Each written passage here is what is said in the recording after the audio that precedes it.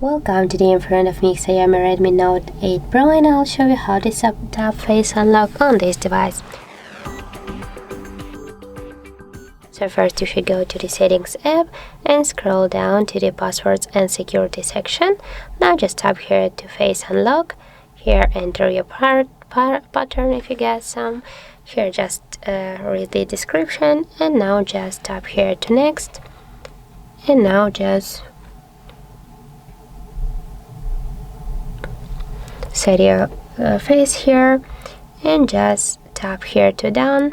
And now when I'll just lock my device, and then when I'll want it just to unlock them, as can you see, I just successfully unlocked my device with the face unlock.